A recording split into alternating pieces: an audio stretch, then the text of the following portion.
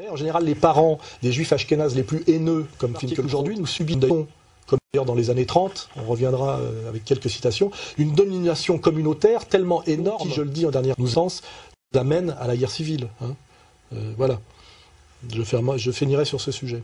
Donc, antisémite, pas être antisémite.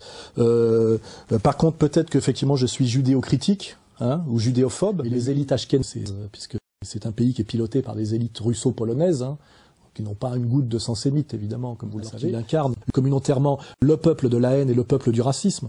Je rappelle, pour citer Gilad Atzmon, qu'un juif antiraciste, c'est un oxymore. Donc nous sommes bien, nous, les goïms, obligés de nous soumettre à une communauté de droit divin, sous peine de châtiment, qui n'ont pas la culture. Je rappelle que cette communauté est une communauté de haine, dont la plupart des fêtes religieuses commémorent des assassinats de masse.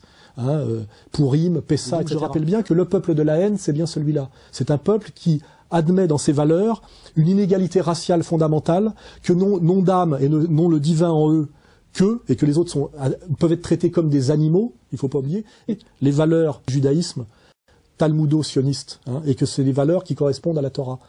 Quand on montre du doigt la violence de l'âme, c'est vrai qu'il y a une dimension violente dans la notion de prophète armé. Cette violence est exactement la même dans le judaïsme. Voilà. En dernière instance, nous sommes face quand même à une communauté qui ne répugne pas à l'assassinat et ces assassinats ne leur posent pas de questions morales. C'est ça que je veux dire.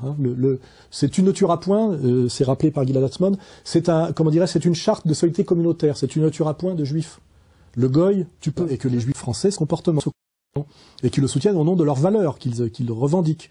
Nous sommes le peuple élu. Les goïms, ça mérite d'être élus en esclavage.